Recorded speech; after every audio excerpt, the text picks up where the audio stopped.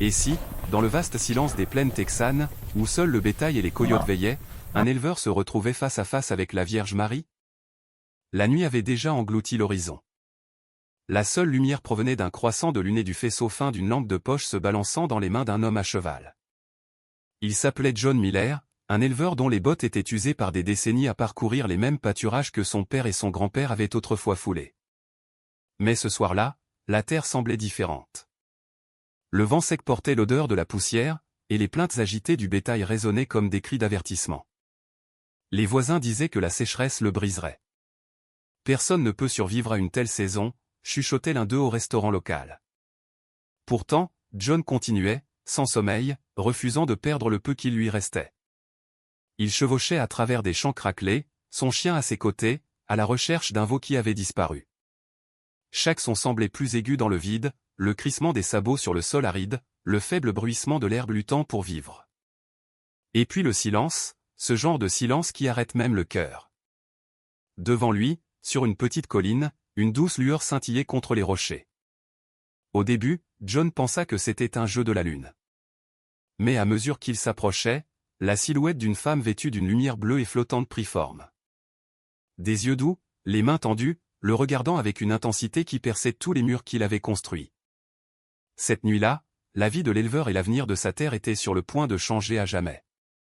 John Miller était le genre d'homme que l'on ne remarquerait pas si l'on ne faisait que traverser la ville une seule fois.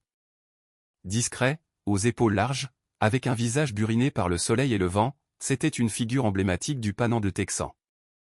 Juste un autre éleveur essayant de maintenir son exploitation. Pourtant, pour ceux qui le connaissaient, John portait un poids plus lourd que la selle posée sur son cheval. Il vivait seul dans une modeste maison en bois à l'orée de son ranch. Des photographies de feu son épouse Sarah pendaient toujours au mur du salon, souriante dans des cadres qui n'avaient pas été dépoussiérés depuis des mois. Elle était morte d'un cancer 5 ans plus tôt et depuis ce jour, John avait cessé de prier. La foi, autrefois un rythme tranquille dans leur mariage, s'était éteinte dans le silence. Il reprochait à Dieu de l'avoir prise. La Bible qu'elle lisait chaque nuit reposait maintenant fermée sur une étagère, sa couverture fanée, intouchée. Chaque matin avant le lever du soleil, la journée de John commençait de la même manière. Il enfilait ses bottes, se versait une tasse de café noir et sortait dans l'air vif où le bétail s'agitait déjà. Son chien, Rusty, s'élançait en avant, encerclant le troupeau avec une loyauté indéfectible. La terre s'étendait à l'infini autour de lui, des kilomètres de prairies et de mesquites, désormais marqués par la sécheresse. Ce qui était autrefois vert était devenu aride et brun. La terre craquait comme du vieux cuir. La vie de ranch était impitoyable. Les clôtures cassées devaient être réparées. Les veaux devaient être marqués. Les conduites d'eau devaient être réparées. Mais le plus dur n'était pas le travail. C'était le vide. Avec Sarah partie et ses enfants adultes déménagés en ville, les seules conversations de John étaient avec le bétail et les coyotes. Il remplissait souvent le silence avec une bouteille, sirotant du whisky tard dans la nuit, fixant la lueur d'une vieille lampe à huile. Les gens en ville chuchotaient que John avait changé. Au restaurant, des hommes qui le connaissaient depuis des décennies remarquaient à quel point il parlait peu maintenant, à quel point il évitait l'église le dimanche, à quel point son rire autrefois chaleureux s'était éteint. Certains disaient qu'il était devenu une ombre de lui-même, vivant uniquement pour le ranch. Mais sous cet extérieur rugueux, il y avait toujours un entêtement, peut-être même une lueur d'espoir qu'il refusait d'admettre. Chaque jour, il luttait pour maintenir le ranch en vie. Même alors que la sécheresse menaçait de l'écraser, les lettres de la banque s'amoncelaient sur le comptoir de la cuisine, exigeant des paiements qu'il ne pouvait pas effectuer.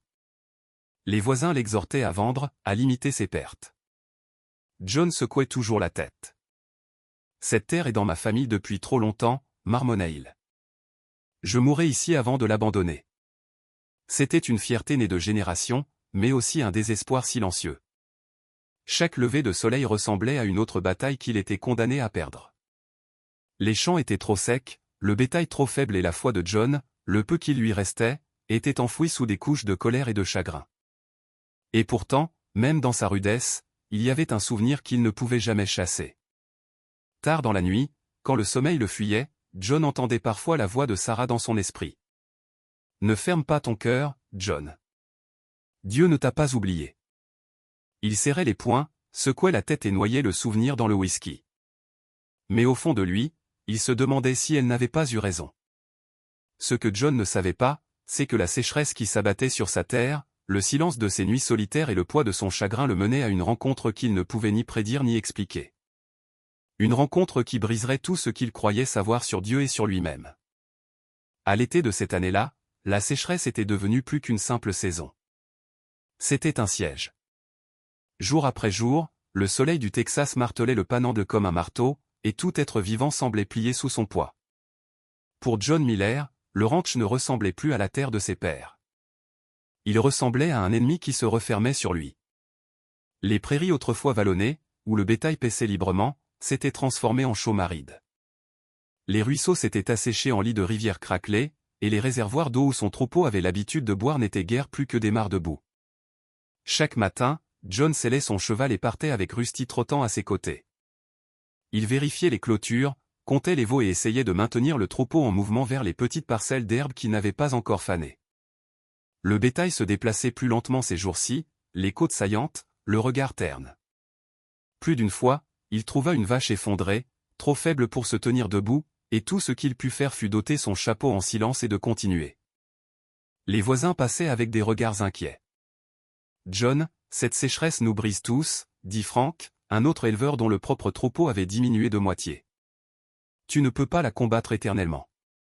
Vantant que tu le peux. » Mais John secoua seulement la tête, la mâchoire serrée. Mon père a gardé cet endroit à travers des moments pires.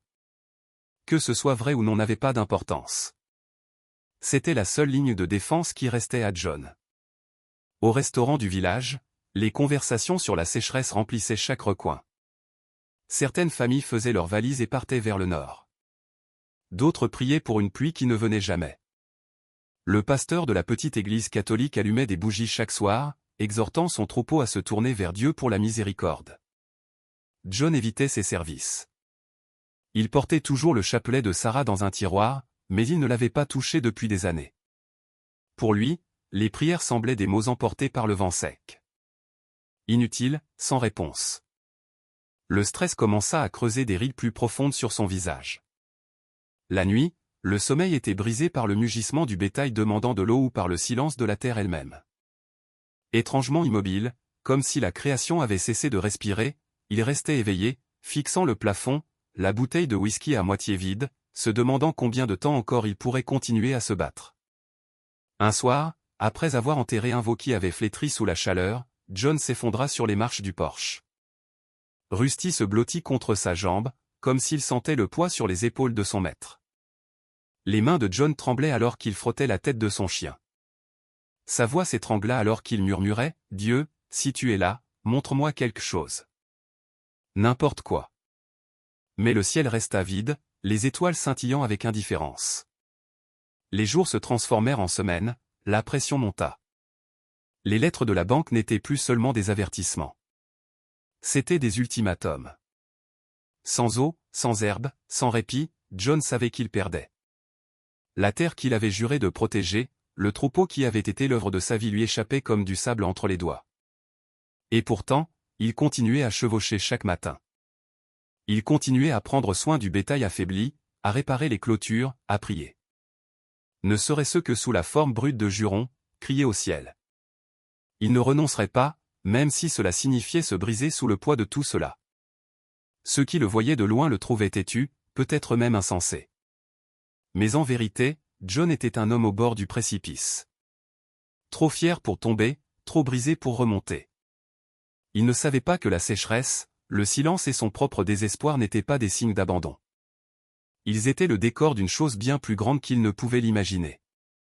Dans le calme de ces champs mourants, une présence attendait, observait, prête à percer les fissures de son cœur endurci.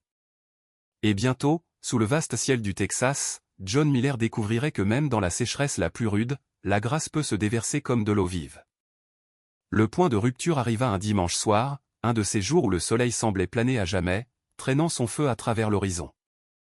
À ce moment-là, la sécheresse avait dépouillé le ranch de John jusqu'à l'os.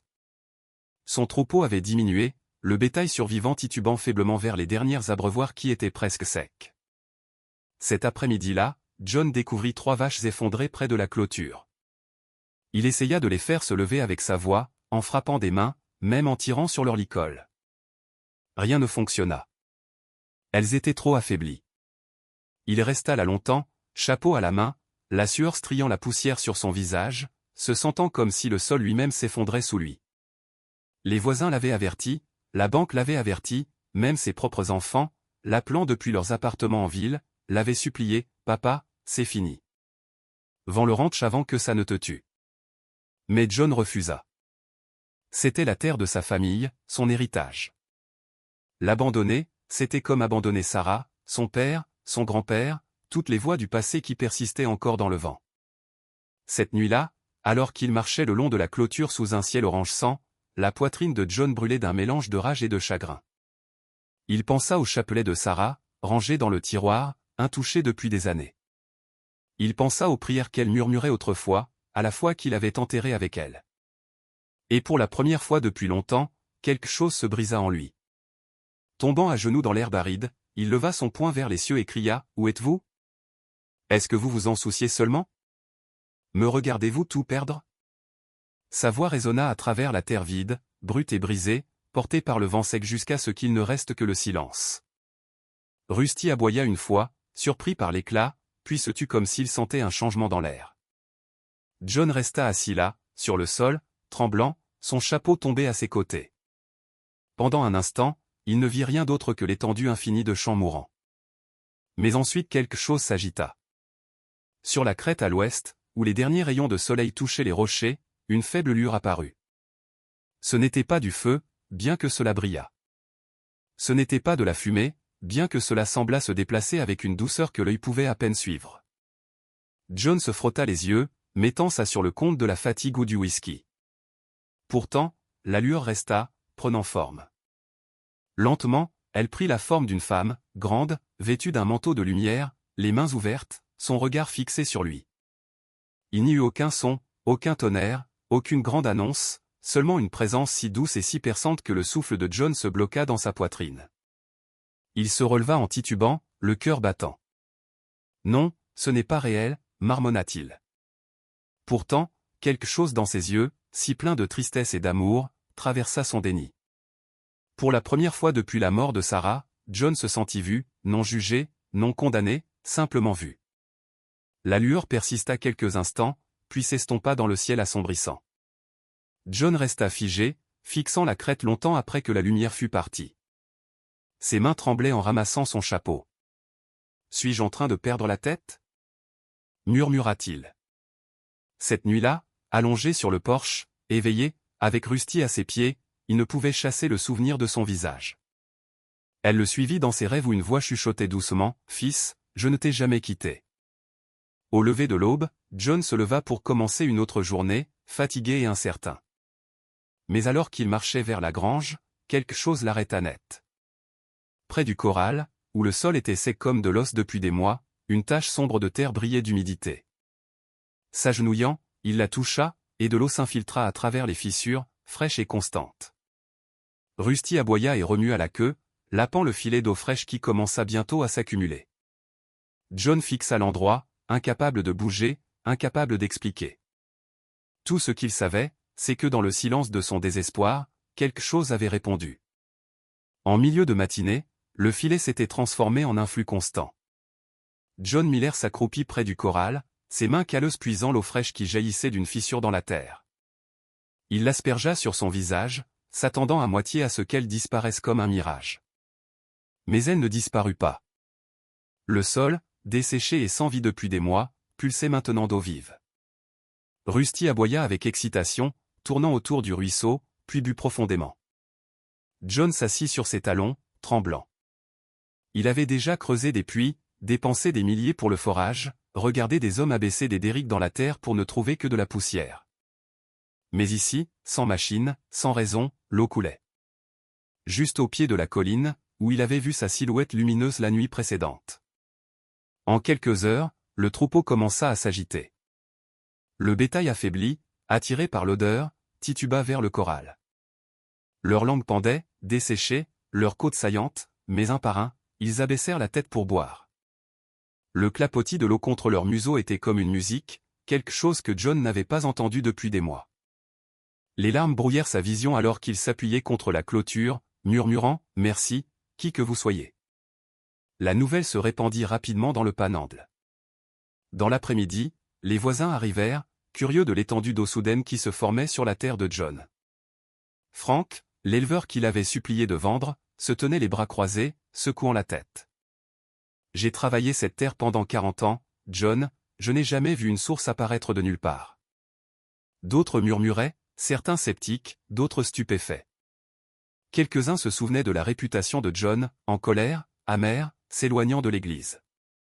Et maintenant, le voilà, l'eau coulant à ses pieds, le bétail ravivé comme par la grâce.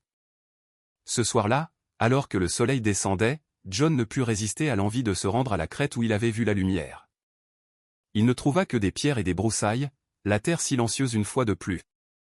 Mais dans sa poitrine, il y avait un frisson, quelque chose comme l'espoir brisant la croûte de son cœur endurci.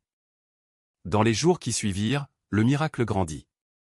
La source s'élargit en une étendue d'eau claire, suffisante pour remplir les abreuvoirs et soutenir le troupeau. Les veaux qui avaient été proches de la mort devinrent plus forts, leurs yeux s'éclaircissant. Même l'herbe des environs commença à verdir, de fines pousses perçant la poussière. La routine de John changea. Au lieu du whisky, il portait un seau à la source chaque nuit, le remplissant pour les animaux les plus faibles. Au lieu de maudire les cieux, il se retrouva à murmurer des mots qu'il n'avait pas prononcés depuis des années, « Merci, Seigneur ».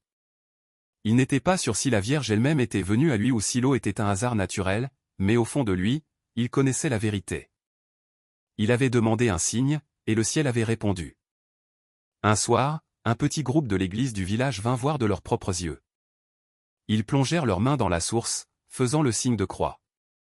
Le pasteur regarda John et dit doucement, « Ce n'est pas seulement pour votre bétail, John. C'est pour vous. » Cette nuit-là, sous un ciel vibrant d'étoiles, John sortit le chapelet de Sarah du tiroir. Il le tint dans ses mains, ses doigts rugueux effleurant les perles lissées par les siens. Pour la première fois depuis sa mort, il murmura un « Je vous salue Marie ». Sa voix se brisa sur les mots, mais il sentit quelque chose se soulever de sa poitrine. Une lourdeur qu'il avait portée trop longtemps. La sécheresse n'avait pas pris fin. La terre au-delà de son ranch restait craquelée et épuisée, mais ici, à la source, la vie était revenue, et avec elle, la foi de l'éleveur commençait à renaître. Pendant des jours, la source coula régulièrement, un ruban de vie ininterrompu traversant la terre morte. Le bétail prospéra, les voisins s'émerveillèrent, et même le journal local publia un petit article, « Une source d'eau inexpliquée sauve le ranch du Panhandle ». Pour les étrangers, c'était une curiosité. Pour John Miller, c'était un mystère qui rongeait son âme. La nuit, quand le ranch retombait dans le silence, John s'asseyait sur son porche, fixant les étoiles. Une partie de lui voulait croire que c'était divin. Un don du ciel, peut-être même la Vierge elle-même. Pourtant, une autre partie résistait. Il se disait que cela pouvait être de la géologie, une nappe phréatique cachée perçant la surface. « Ne t'emballe pas », marmonnait-il plus d'une fois. « Ne sois pas fou. » Mais peu importe comment il essayait de l'expliquer, il ne pouvait chasser le souvenir de cette silhouette sur la crête. La douce lumière, les yeux empreints de tristesse, les mains tendues vers lui. Ce n'était pas seulement de l'eau qu'il avait vue. C'était une présence. Un soir, Frank s'arrêta, les mains dans les poches. « Tu sais, les gens parlent, John, dit-il, appuyé sur la clôture. Certains disent que c'est un miracle. Certains disent que tu as perdu la tête. » John eut un rire sec. Peut-être les deux. Il voulait en dire plus, mais les mots se bloquèrent dans sa gorge. Il n'était pas prêt à avouer ce qu'il avait vraiment vu. Le sommeil devint agité. Le whisky émoussait les angles, mais pas les rêves. Encore et encore, il se retrouvait debout dans un vaste champ, sec et craquelé, sans bétail, sans maison, sans rustis, juste le silence. Et puis à travers le vide, une douce lumière fleurissait. Elle apparaissait, voilée de bleu, son visage à la fois radieux et tendre. Dans le rêve, elle ne parlait jamais au début. Elle ne faisait que le regarder, les yeux remplis d'un amour si intense qu'il le troublait. Puis, d'une voix comme le vent s'engouffrant dans l'herbe, elle chuchotait, « Fils, je ne t'ai jamais quitté. Retourne à mon fils. » John se réveillait en sursaut. Trempé de sueur, le cœur battant, il s'asseyait sur le bord de son lit, fixant le chapelet sur la table de chevet. Le chapelet de Sarah, désormais emmêlé de poussière. Parfois, il le prenait, ses doigts effleurant les perles, mais reculait ensuite comme si le toucher signifiait se rendre à quelque chose qu'il n'était pas prêt à affronter. Il se disputait avec lui-même dans le silence de son esprit. Ce n'est qu'un rêve, John. Le chagrin te joue des tours. Mais une autre voix, plus calme, insistait, ou peut-être que c'est réel. Cette lutte le déchirait.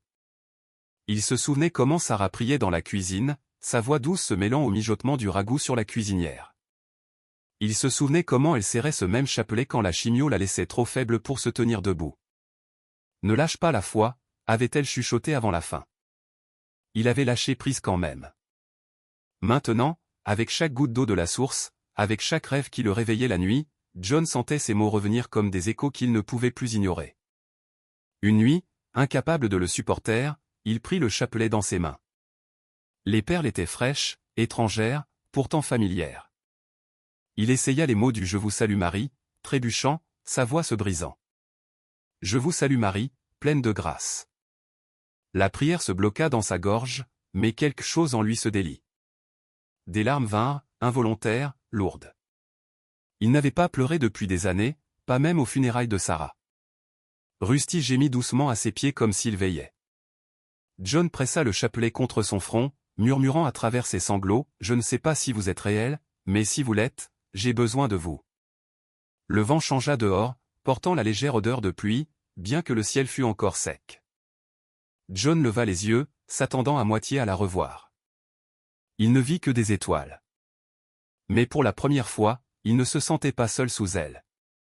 Le dimanche suivant se leva calme, le genre de matin où le ciel s'étirait infiniment bleu au-dessus des plaines.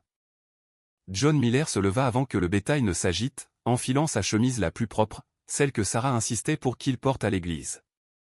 Cela faisait des années qu'il n'avait pas franchi les portes de Sainte-Marie, la petite paroisse catholique du village. Pourtant, ce matin-là, quelque chose de plus fort que l'orgueil, de plus fort que le doute, le tirait. Quand il arriva, les têtes se tournèrent. Certains chuchotaient, d'autres souriaient faiblement. Le pasteur, le père O'Connor, parut surpris, mais l'accueillit d'un signe de tête. John se glissa dans un banc près du fond, le chapelet que Sarah tenait autrefois glissé dans sa poche. Tandis que la messe se déroulait, les hymnes, les prières, l'évangile, les souvenirs affluaient.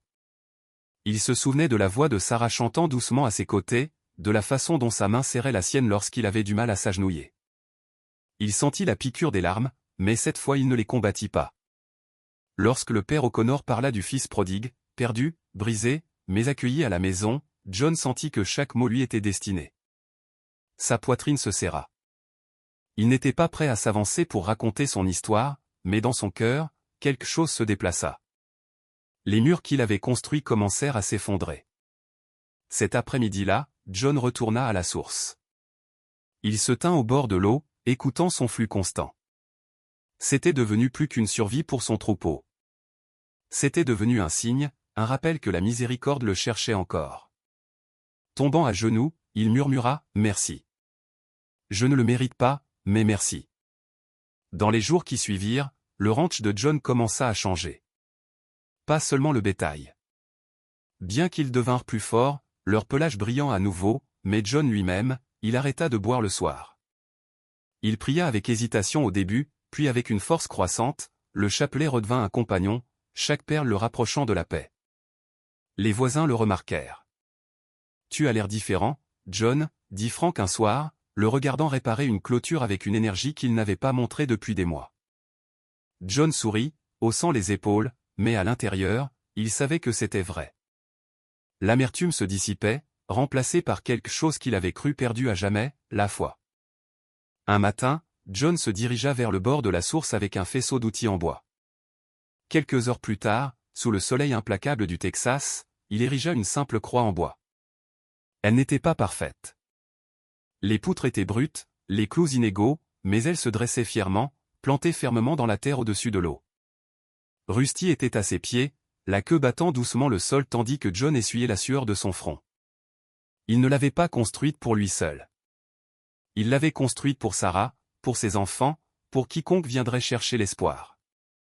Il l'avait construite parce qu'il ne pouvait plus nier que la Vierge Marie l'avait, d'une manière mystérieuse, menée ici.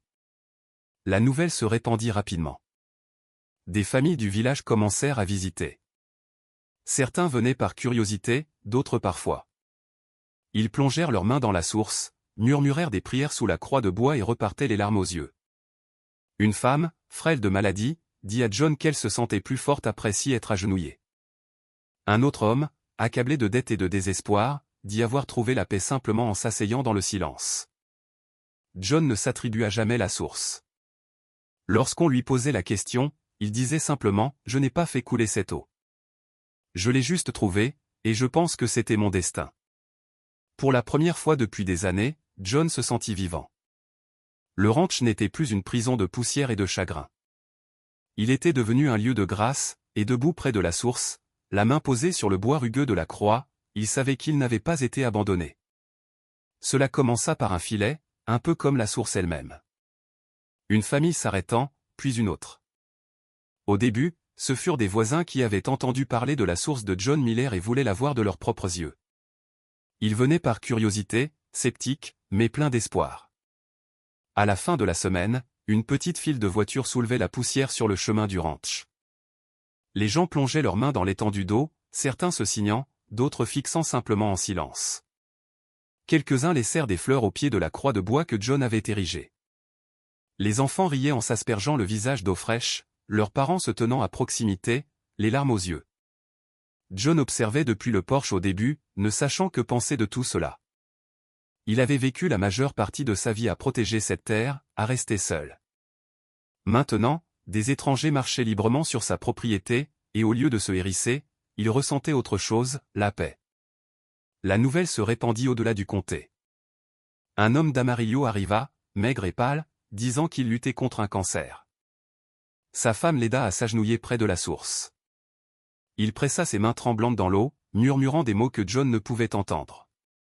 Un mois plus tard, ce même homme revint avec une force dans sa démarche qui étonna tout le monde.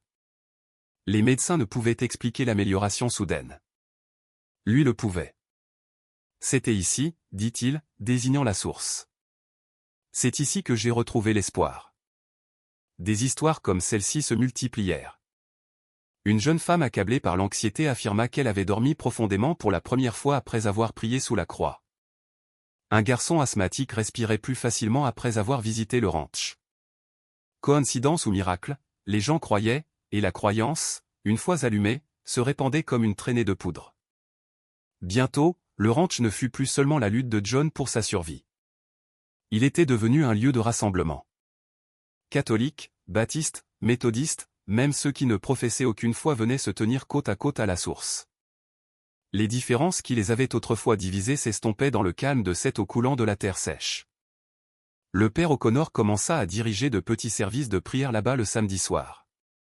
Des hymnes s'élevaient au-dessus des plaines, les voix se mêlant tandis que le soleil descendait, des lanternes brillaient, des enfants jouaient dans l'herbe, et des hommes qui s'étaient autrefois évités se serraient la main à la lumière de la croix. Un soir, Frank s'approcha de John alors que la foule se dispersait. « Tu sais, dit-il, appuyé sur la clôture, cette terre à toi, elle rassemble les gens d'une manière que je n'ai pas vue depuis des années, peut-être jamais. » John hocha la tête, les yeux fixés sur la croix, silhouetté sur le ciel étoilé. « Ce n'est pas moi, Frank. J'ai juste tenu bon assez longtemps pour le voir. » La sécheresse persistait encore à travers le Texas. Les champs restaient secs, les troupeaux diminuaient, et de nombreuses familles luttaient. Mais ici, à cette source improbable, il y avait un renouveau. La pluie n'était pas encore tombée, mais les cœurs s'étaient adoucis, et les voisins portaient les fardeaux les uns des autres d'une manière qu'ils n'avaient jamais fait auparavant. Pour John, la transformation était aussi personnelle. Il se retrouva à parler davantage avec ses enfants, qui commencèrent à revenir le voir. Un dimanche, il se tenait à ses côtés à la messe, sa fille lui tenant la main pendant le Notre Père. Pour la première fois depuis la mort de Sarah, John se sentit entier. Le ranch qui avait autrefois menacé de l'ensevelir dans le désespoir était devenu un phare. Et tandis que les pèlerins continuaient d'arriver, murmurant des prières et repartant avec de l'espoir, John savait que c'était plus que son histoire. C'était aussi la leur. C'était un rappel que même dans les saisons les plus rudes, la grâce pouvait couler. Et à travers elle, une communauté pouvait renaître. Les mois passèrent et les saisons changèrent, mais la source ne cessa jamais de couler. Même lorsque la sécheresse conservait son emprise sur une grande partie du Texas, la terre de John restait un lieu de vie. Le bétail redevint fort, son mugissement un cœur constant à travers les plaines. L'herbe poussait à nouveau à travers la terre aride près du bord de l'eau, un petit miracle de verdure contre l'interminable brun. John se tenait souvent le long de la clôture le soir, observant le troupeau paître sous un ciel doré. Rusty était à ses pieds, les oreilles dressées, la queue battant doucement le sol. De cet endroit, il pouvait voir la croix qu'il avait érigée, silhouettée contre l'horizon. Parfois, des familles s'y agenouillaient en prière. Leur voix était portée par le vent. Parfois, il n'y avait que le silence. Pourtant, même le silence semblait sain. Il pensait souvent à Sarah. Il entendait presque son rire résonner depuis le porche, voyait presque ses mains pétrir le pain dans la cuisine, et il savait avec une certitude qui le surprit qu'elle avait eu raison depuis le début. Dieu ne l'avait pas abandonné. Il avait abandonné Dieu. Pourtant, même alors, le ciel avait attendu, patient, jusqu'à ce qu'il soit prêt à revenir. L'impact s'étendait bien au-delà de son ranch. Les gens venaient non seulement pour l'eau, mais pour ce qu'elle représentait. Les églises autrefois à moitié vides virent de nouveaux visages. Les voisins qui se parlaient rarement partageaient maintenant des repas et des prières. Les vieilles rancunes fondirent. La source devint un lieu où les divisions s'estompaient. Catholiques et protestants, croyants et sceptiques, tous unis par quelque chose qu'ils ne pouvaient expliquer mais ne pouvaient nier. John lui-même devint différent. Ses épaules, autrefois lourdes de colère, portaient désormais une force tranquille. Il parlait moins de désespoir et plus de gratitude. Il se retrouva à diriger les voisins dans la prière, quelque chose qu'il n'aurait jamais imaginé faire. Non pas comme un prédicateur, non pas comme un homme qui avait toutes les réponses, mais simplement comme quelqu'un qui avait été brisé et ensuite rendu entier. Un soir, alors que des lanternes vacillaient autour de la source et que des familles chantaient des hymnes sous les étoiles, le père O'Connor se tourna vers John et dit « Vous réalisez que ce n'est plus seulement votre terre, n'est-ce pas? C'est une terre sacrée maintenant. » John regarda la croix, puis les visages rassemblés.